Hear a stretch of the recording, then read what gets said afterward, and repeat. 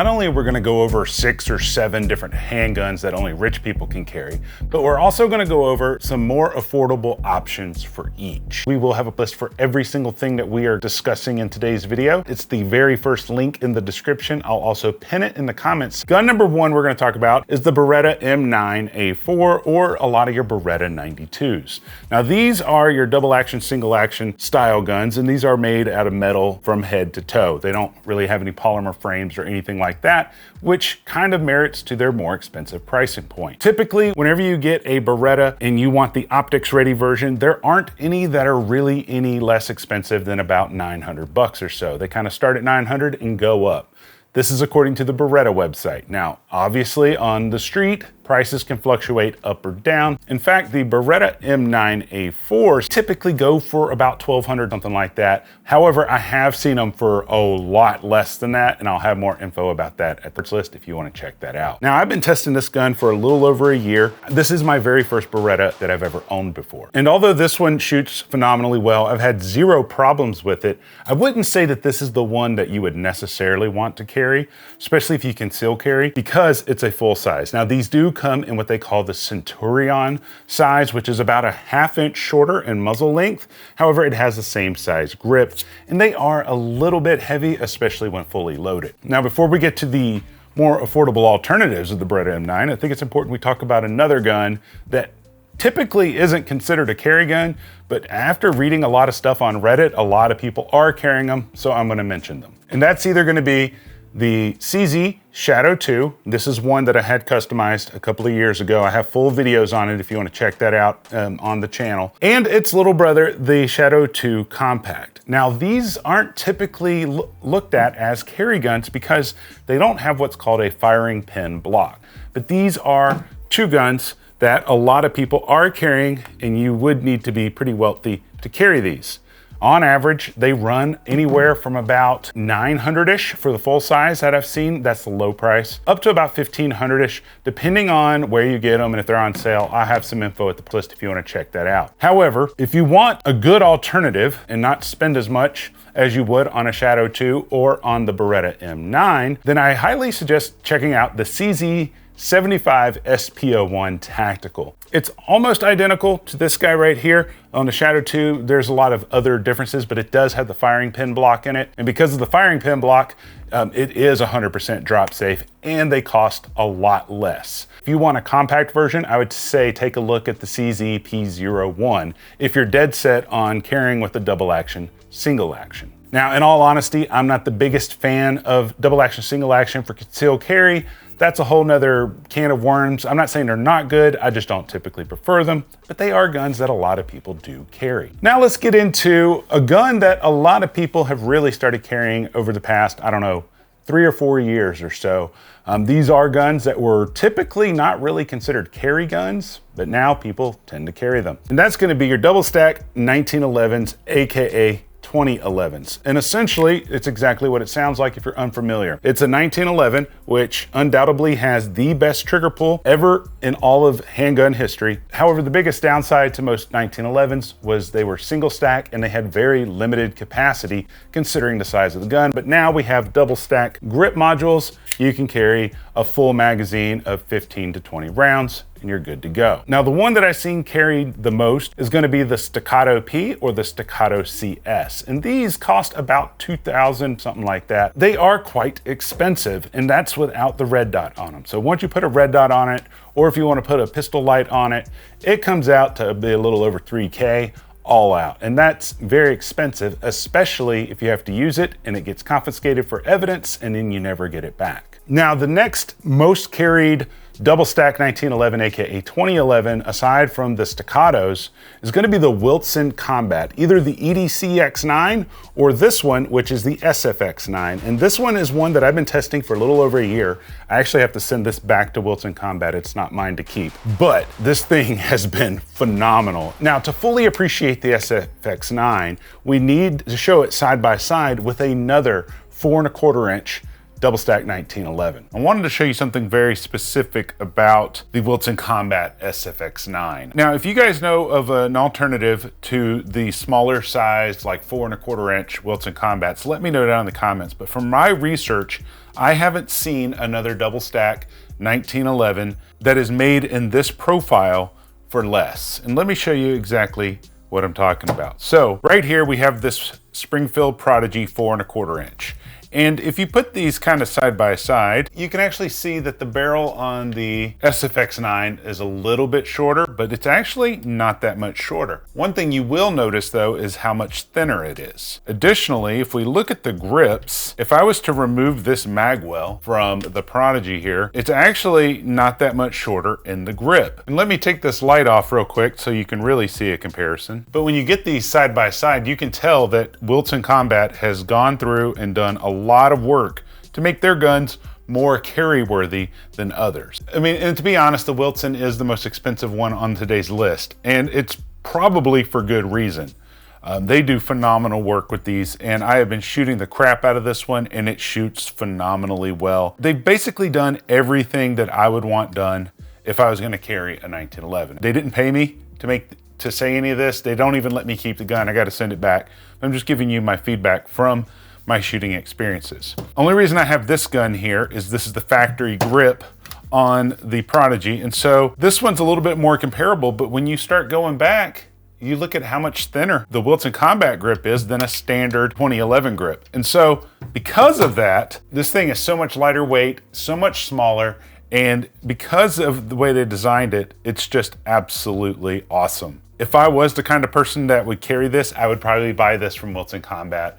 But because I'm not going to carry it, I'm not going to buy it from them. And there's a lot of other technology that goes on into this, and we will go over that in the full review breakdown of this. I just wanted to kind of give you the highlights right now. Now, the biggest downside to the SFX9 is going to be the pricing. These are well over $3K, and that is a lot to spend on a double stack 1911. But I will say, of the double stack 1911s that I've tested so far, this would probably be the best one for concealed carry just because they got that grip right and everything like I showed you up close. And 2011s can have price ranges going from anywhere I've seen as low as like 700 all the way up to like 10 to 11,000 for the competition style ones. Now, I haven't played with any of those that are that price range, nor do I care to because I don't shoot competition. However, because the Staccato P is the most carried 2011, at least that I've seen, there are definitely some more affordable options that I would say are just as good, if not better. The first is going to be the Bull Armory TAC, and this is the 4¼ inch. They also have this in a full size, and then they also have this one in like a 3½ inch barrel. They got a bunch of different ones, and this is actually an older model from 2021 or 2022, but they do have newer ones out, and I'm getting a couple of them so we can test them. But this one, I would argue, is better than a Staccato P or a Staccato CS, and it comes in at like 700. It's quite awesome. The biggest downside to these is they're very difficult to find in stock because they are coming from Israel. That's the biggest, but I will have some info over at the list. But these shoot phenomenally well. I'm insanely accurate with them, and I'm not the biggest fan of carrying a gun that uses an external safety. And I'm not gonna carry a 2011 because of that. But if I was gonna carry a hammer-fired gun, it would definitely be a double stack 1911. Now, if 1800 is beyond your budget, fortunately in the past couple of years, there's been many other advancements going on with 2011s and bringing the prices down. Some of them are good, some of them are not so good. Now this one is the one that I pieced together using Rock Island Armory parts and a 2011 frame with a Staccato grip. And I was able to put that thing together for like $1,100–1,200 bucks. This does take some advanced knowledge on putting them together. So yes, you could put them together and you can technically convert a single stack to a double stack, but you need to know how to build 1911s in order for that to be viable. If you're not the kind of person that wants to piece one together, there is another option for you. That's gonna be the Springfield Armory Prodigy. I actually have two of these. This one is the full size, which is the 5-inch barrel. And then this one, you're not gonna recognize it, but it is a Prodigy. This is their 4¼ inch barrel. This one I had customized by my buddies at Legion Precision. He actually didn't do a whole lot to it, even though it looks completely different.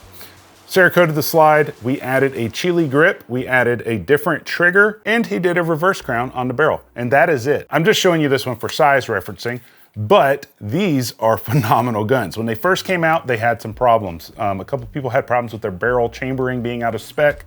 However, I got the second batch and mine have been good. I have a sample size of 2. I have a full breakdown on these. The good news about these is they're really affordable. And when I say really affordable, I'm talking like the same as I spent on putting this one together a few years ago. My favorite things about the Prodigies right now is gonna be, aside from the mag capacity, is they're really good out of the box, at least the two that I have. They're easy to shoot, they're fun to shoot. They don't have the best internals in regards to making the trigger feel the best, but they're easily upgradable.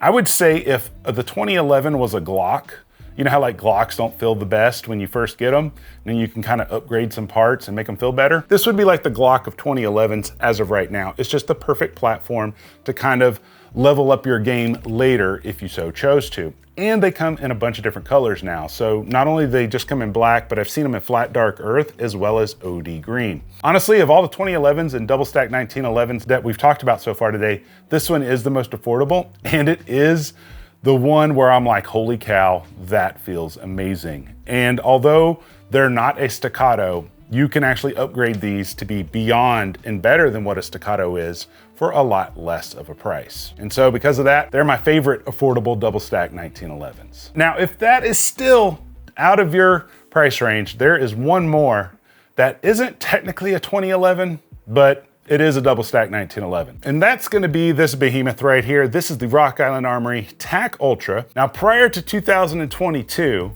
this was the most affordable double stack 1911 that anybody had. They were around $800. And then recently, they've actually come down even more. I have info at the post about that. But these are double stack. They can shoot 9mm, they have 10mm, they have 45 AC. They have one that's also a 22 TCM, which is a very specialized cartridge. Unfortunately, they only come in one size, which is the 5-inch model. Additionally, the frame and the grip are one solid piece, so you can't change out your grip on these. Whereas most of your double stack 1911s, AKA 2011s, the frame and the grip are two separate pieces, so you can swap those out. And the reason that that's a big deal with these is this grip is pretty chunky and doesn't fit everyone's hands. They also utilize the side grip panels, similar to that of the original single stack 1911s. But the downside with these is there's very few aftermarket grip panels if you wanted to swap these out. And so, although mine shoots phenomenally well, it's been incredibly reliable, they're not the best. And that's why back in the day, you either went with something like this or you went with a Staccato before all this new affordable stuff started coming out. Now we're gonna get out of the hammer fired guns. We're gonna start moving back into striker fire guns because that's the type of gun that most people are gonna carry. And when it comes to striker fire guns, there's not that many that I would say are very expensive that people tend to carry, but there are a few. The first one that comes to mind is gonna be the Zev Technologies OZ9. Now the OZ9 is different from your standard Glock. These are very modular, very similar to a SIG P320 or a P365, meaning that this right up here where you see this tack rail, that is actually the serialized portion that fits into a grip module. Then it uses standard Glock parts and you can shoot with it. So I kind of wanted to show this to you up close. This is what the OZ9, at least the one that I have, what it looks like in its factory configuration. And then all I did on that build was I had a different slide. You don't have to, but this module here, it comes off of this grip module, and then you could choose to get, say, a larger grip module. This is the same one, it's just this is a 19 size, this one's a 17 size. And then these are metal grip modules that come from Icarus Precision. I'll have info about these at the list if you want to check them out. They got different colors, different sizes, stuff like that. The reason I bring all this stuff up anyways is I have been noticing the cost coming down on OZ9s as of recently, and I'll make sure to have info at the parts list about that if you want to check it out. But if you look at the internals here, this whole black part right here is the chassis system, and it completely comes out. There's no reason for me to take it apart on camera, but it's just like a P365 with the difference, the main difference being on the P320s and the P365s, this portion here where you attach a light isn't part of the chassis, whereas on the OZ9 it is. Now, in the past, I have not had good luck with Zev Technology stuff in general. I have had bad experience with their slides back in the day. I had bad experience with a lot of their parts just not fitting correctly. However, this one has definitely surpassed my expectations. The only downside I had when I got it was the trigger was really gritty and I had to work on it. These are phenomenal guns because you can get them in different sizes. You can get them in full size or compact. You can get them with a compact slide and a full size frame. because of that modularity. Now, the downside to them is the pricing. These on average are about $1,000-ish and up because there's different models. However, I have been noticing as of lately, I've been seeing them as low as like 700, something like that. And at that price range, that might be worth it to pick it up, but they are expensive. Now, before we get into what is a good alternative for this one, I want to bring your attention to one other striker-fired handgun that I would say is kind of expensive, but it's one of those where you get a lot for your money type deal. And that's going to be the Shadow Systems MR920s. This is an MR920 Elite that came with the tan red dot. And this one is the MR920P that came with the compensator. Now, typically the MR920s, especially with the red dots, are around $1,100 to $1,200. And then for the ones with the compensators, they're about $1,000 to $1,100, something like that. And because they fit into that price range, I would say that that is getting into the kind of guns that rich people would carry. So this is one of those guns where it's like, yes, it is technically a gun that's priced that only rich people would carry, but you would get it replaced if you had to use it. So good for them on that. And to be honest with you guys, this is what I personally carry. If you want more information about that, I did a full video on this guy right here, as well as an EDC update. I'll put the video link up here as well, a QR code so you can watch it. Although with these guns, you get a lot for your money, it might still be out of a lot of people's price ranges. So if you are wanting to get something that is a nice Glock clone, that's also very affordable, option number one is gonna be the Lone Wolf Dusk 19. I actually put out a video not too long ago. It wasn't a dedicated video for this, but I did talk about what my shooting experience was like. This thing comes with a lot of bells and whistles, upgraded trigger, really good texturing, really good ergonomics. It comes with the Optic system, so you can put a red dot on it, comes with suppressor height sights, so you can co-witness with those, and it shoots really, really nicely. Not only that, it's been 100% reliable for me. With that said though, these can be a little bit pricey for what they are. I've seen them between $550 and $700 hairs, something like that. If that's too much for you, then I highly suggest one of these guys. Now this is a hybrid build that I put together, but I was able to put this entire thing together. If you minus this compensator, this trigger, I was able to put this entire thing together for about 500-ish, including the red dot. And this thing shoots about the same, if not better, than the other Gucci Glocks that I've shown you in this video. Now, before we get into what this one's all about, I did want to mention something. I had noticed when I was editing this video that I forgot to mention a couple of other awesome Glock clones that are actually affordable. Shadow Systems does have more affordable options in their lineup. Those are my favorite ones, at least for concealed carry. As I mentioned, I carry one personally, but they do have a more affordable lineup. I'll make sure to have more information at the part list about those as well as everything else, just an FYI. Now this, as I mentioned, if you remove this compensator, I was able to put this whole thing together for literally 500-ish, say ish because the price can fluctuate. How did I do that? Well, this is the SCT Gen 3 Glock frame. And these are 100% Glock frames that are literally, they're dirt cheap. I can't say pricing on YouTube, they get weird about it. And it was a complete frame that had the internals and everything in it. And then I got this complete slide, as I mentioned, minus this barrel combo, but it had a different threaded barrel with it. But this is the PSA dagger slide that came with the Holosun 507K and suppressor height sights and a threaded barrel. And as I mentioned, I was able to take the complete lower to complete upper, put them together. It was 500-ish. And I have been shooting the living crap out of this thing for the past 2 years now. I don't even know how many rounds I got through it, but I shot it in its stock form, then I upgraded the trigger, then I was testing out this compensator and shooting it. And the most shocking thing about this is I'm able to shoot it just as good as I am with either the Zev OZ9 or even the Shadow Systems MR920s and the compensated MR920s. The M2.0 metal. I've talked about this one in quite a few videos. These things are typically around 800, if not a little bit more, depending on which variant that you get. And to keep things simple, it shoots amazingly well. It feels awesome to shoot, but it doesn't feel any better or any different really than your standard polymer versions. And they're $300 more than your standard polymer versions. And so I say that to say this, Although this one technically isn't a rich people gun, it kind of is when you have to add the suppressor height sight so you can co-witness with it. And then when you get the polymer version, they actually include the suppressor height sights, little stuff like that. But they both are phenomenal guns, but I wanted to show you what a cheaper alternative is that's actually just as good. Now, the next gun that we're gonna talk about isn't a gun that I actually own or have or ever even tested, but I have tested it, but in a different form. Here's what I mean. The new Sig Sauer P365 Legion. Now these are well over 1,000, and the biggest difference between the P365 Legion versus the other P365s like the X Macro is gonna be the metal frame. However, the P365 Legion is quite expensive for what it is. And so if you wanted something that's kind of similar, then here's how I would do it. Now, unfortunately, you can't get something similar to the 365 Legion for cheaper, but you can rig them out in a way where you get a lot more for your money than you would with the Legion. Let me show you what I mean. So as I mentioned, the P365 Legion, the biggest difference between that and a standard P365X Macro is gonna be the metal frame and the different coloring. And their metal frame's a little bit special because, as you can see on the screen, it does have the side panels. I'm assuming those are gonna be interchangeable. If you already own a P365 or you were thinking about getting a P365 and then kind of, upgrading it, I would highly recommend just a standard X Macro and doing upgrades over the Legion, and here's why. So this is a setup that I've been shooting and testing recently.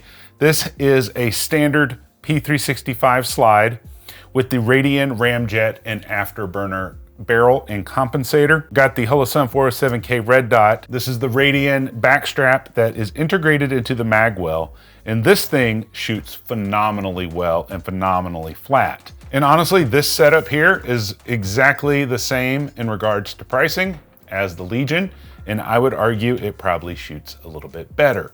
Now, you're like, that's cool, man, but that's not a metal frame. I'm glad you brought that up because I've been testing metal frames for the P365 for literally 2 years before the Legion ever came out. This is the Icarus Precision grip module for the P365 Macro, and this thing is leaps and bounds beyond what the Legion is.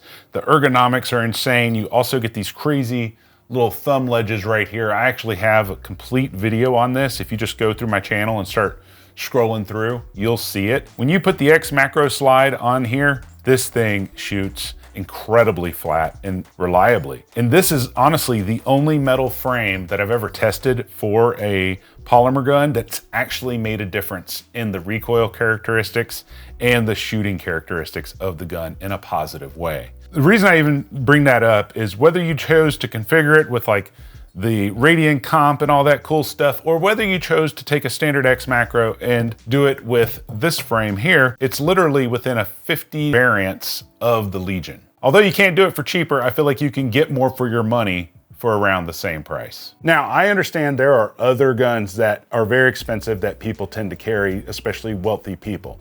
This is just a small fraction of the ones that I've tested that really stood out in my mind. Let me know what guns I should have put in this video that I didn't, and then let me know what your thoughts are down in the comments. Hit the subscribe button if you haven't already, but until next time, I love you, and you guys stay sexy.